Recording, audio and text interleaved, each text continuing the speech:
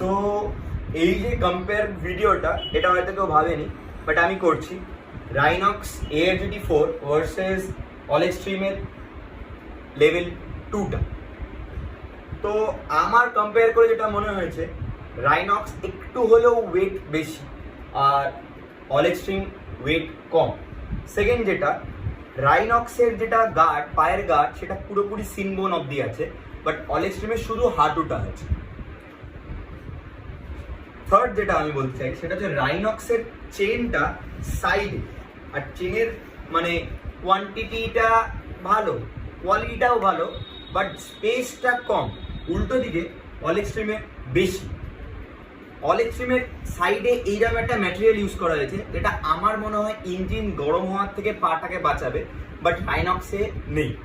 তোমাদের কোনটা ভালো লেগেছে অবশ্যই তোমরা কমেন্ট করে জানাবে, আর তোমরা কোনটাকে চুজ করবে। অবশ্যই বেশিরভাগ 90% লোক রাইনক্সে যাবে, কারণ রাইনক্স একটা ব্র্যান্ড। বাট আমার মনে হয় অলেক্সট্রিম খারাপ না, প্রাইসের তুলনায় অলেক্সট্রিম যথেষ্ট ভালো।